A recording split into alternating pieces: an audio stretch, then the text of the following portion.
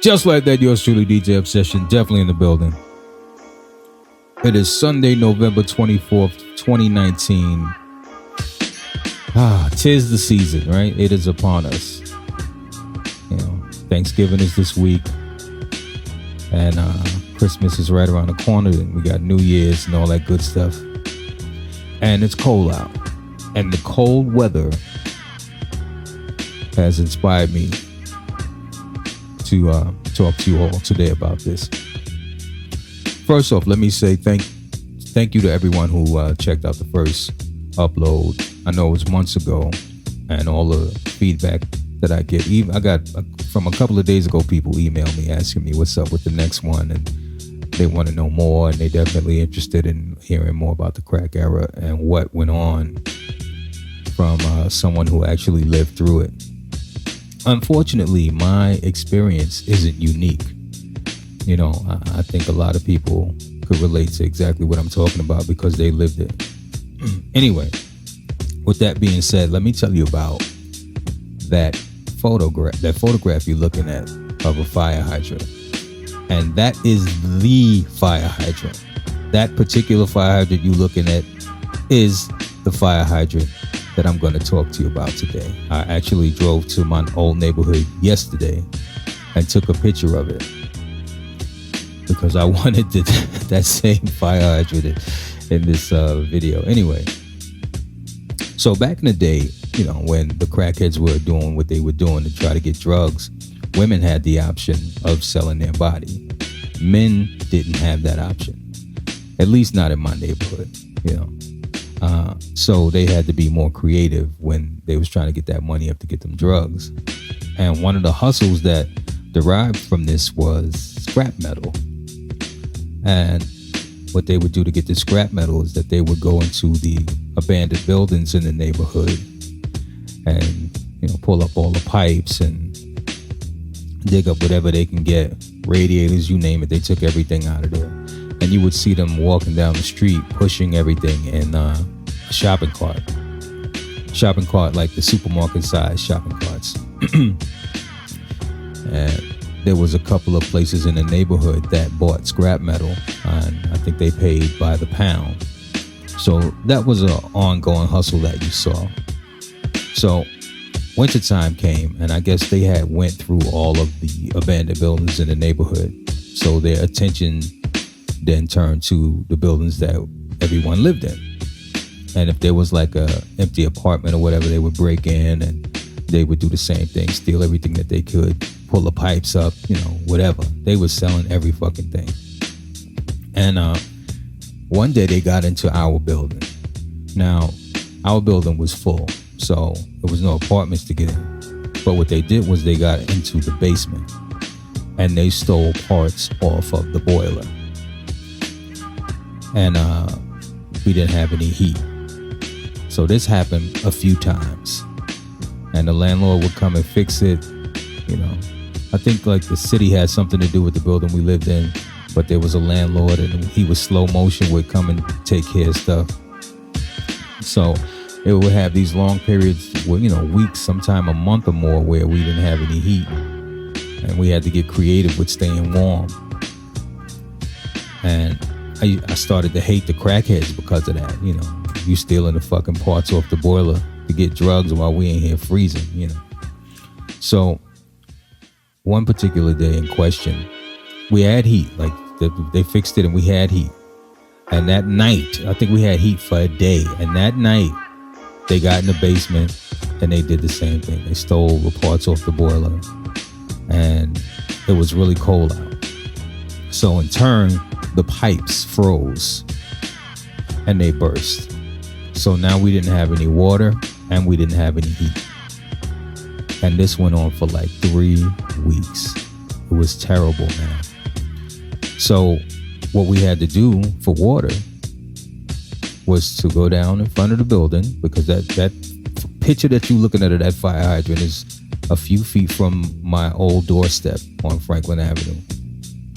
We would have to turn that fire hydrant on, fill up all kind of buckets and whatever we could catch water in, and take it upstairs. We used it to flush the toilet. We used it to cook. We used it to drink. We would fill the tub up with the water so we could flush the toilet. Sometimes we had to go to the fire hydrant a couple of times a day to keep enough water in the house. And the building, we all kind of coordinated at the same time. It's like, okay, we're going to get water now. Everybody would go. And it's crazy, like living in a first world country and really having to do something like that. But it was what it was. So a lot of us got angry behind this because, these fucking crackheads got us out here freezing and no water, and, keep breaking in the building, getting in the basement, stealing parts off the boiler. So we formed up a little posse, dudes around my age, and we decided we were going to go and whoop some crackheads' asses and let them know to stay the fuck out of the buildings. So, formed up about 8-9 of us, and we started walking around the neighborhood. A group of, let's say everybody's age range was from maybe 12 to 18. And we found a crackhead anywhere. We mainly went out at night. We found a crackhead anywhere. We beat the shit out of him. I mean, beat him bloody. Stay the fuck out the building. Come the fuck, don't come fuck. It was that kind of shit. And it became a regular thing where we just went out. It's like, we going on a mission tonight. We just was fucking crackheads up left and right. Putting them in the hospital sometime. And always the same message, stay the fuck out of our buildings. So one particular night, we were in the neighborhood. We were down on Fulton Street, Fulton and Franklin. Actually, it was the corner of Brevoort Place and Franklin Avenue. I'll never forget it. And there was these two crackheads pushing a shopping cart full of scrap metal. And it was the same 7 or 8 of us coming across the street. And they knew, because so many crackheads were getting beat up, that it was on. So the first thing they started saying was, go ahead on now. Go ahead, leave us alone now. Go ahead on now. We didn't break in your buildings. We don't want no problems from nobody. We just trying to get our hustle on. Fact of the matter is, we didn't care where they got it from. You a crackhead pushing a shopping cart full of scrap metal, we whooping your ass. So we started wailing on one of them. And the other one was kind of running back and forth behind the shopping cart. Trying, and at the same time yelling, get the fuck on now, leave us the fuck alone. Now, the crackhead that we was whooping on started fighting back. And he gave my homie an eye jammy. Bang! So my homie fell. When we saw that, everybody rushed him at the same time. Now he's on the ground. And we stomping, kicking, picking shit up, banging him with it, jumping off the car with the drop kick, like you name it. It was mayhem on this motherfucker. When we was finished with him, we turned to the other one. And he kept saying the same thing. Go on now. Go the fuck on now. Leave me the fuck alone. I'm telling you, I ain't the one. So we surrounded this nigga. And before I knew it, he pulls out a gun. And he starts shooting. I was standing so close to him when he started shooting that my ears started to ring immediately. I looked around to check on my homies, and it seemed like nobody got hit. Everybody kind of ducked out of the way. I could hear everybody running and screaming across the street. A guy had got hit and he was on the ground. And I could feel my heartbeat in my throat. It was beating so heavy. And we all started to run back up the avenue. It's crazy. So that Slick Rick song when he said he was running top speed till he was out of breath, that was us. We ran like a motherfucker. We got back to the block and making sure everybody all right. And you would think that that would have been a deterrent, but that was actually the evolution to more violence, because now these crackheads are armed.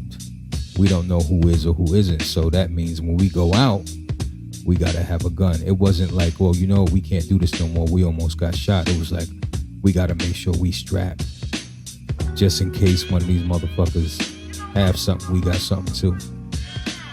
So we would go out and still whoop crackheads' ass. Now we had another layer to it. We made sure we put one in them. I know that sounds real crazy, right? But, we wasn't trying to kill him. We shoot him in the leg or the ass or some shit. And I know some of you listening to this are like, you? Obsession? You? Yeah, I was in the mix. You quickly become a product of your environment. Like, it's either you're going to be a lion or a lamb. It was just... It would make you or break you. It's just how the neighborhood worked, just how the streets worked. So the cause and effect, the government needed that money for that war. I believe it had something to do with Nicaragua. They dumped crack cocaine into our communities to get the money. In turn, the communities were decimated by the drugs. This influx of this new drug that was highly addictive. The violence rose, the prostitution rose, the burglary, the robbery, everything rose. The desperation by the crackheads to get more crack, that rose. In turn, made them start to break into the buildings, which led to the boiler being stripped of whatever it needed to keep working, which in turn, the pipes in the building froze and bust, which then made us have to go to the fire hydrant to get water,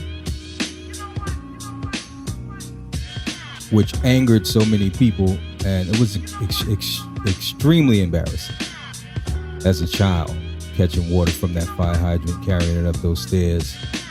I just had to grin and bear it. But it was hella embarrassing. I got into a few fights behind people saying slick shit to me about it. And so on and so forth. It snowballed. That was where the anger came from. That's where so many of us started to beat these crackheads' asses.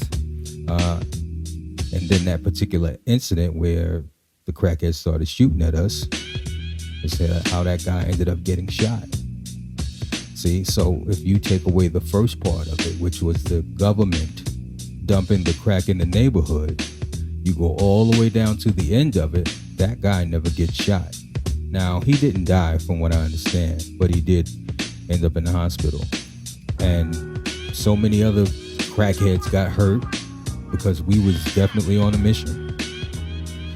And anytime I drive through that neighborhood and I pass my block, I look at that fire hydrant, and it just reminds me that was the catalyst for my violent streak, because it lasted from that time until I was in my early 20s. That's a whole nother story, and we will get to that. But that was the catalyst. I got my first taste of being violent and aggressive because I was angry and embarrassed about catching water from a fire hydrant in the middle of winter, time and time again, because of what crackheads were doing in our building. So it's just so much. I think about that being the catalyst for so many of my decisions. Like because I became so vested in the streets, and you saw so much violence, and you felt like that was the only way to retaliate. Shout out to my homie Alan. When I get to the stories with me and Alan, you'll understand. That's my brother. I have biological brothers, and that's all good. But my dude Alan, that's my brother. I'll tell you more about it. Yeah, man. So that's all for today, man. I just wanted to share that with y'all. Don't forget, hit me up that Instagram at DJ Obsession. I'm on Twitter too, but you might not be able to stomach it. Yeah, man. We focus around here. Hit the thumbs up, subscribe, share it if you like it. And please don't forget to hit the bell icon so you'll know when I upload videos. Thanks for listening. And I will be bringing you more about the crack era in the near future. 2020 is upon us. Focused.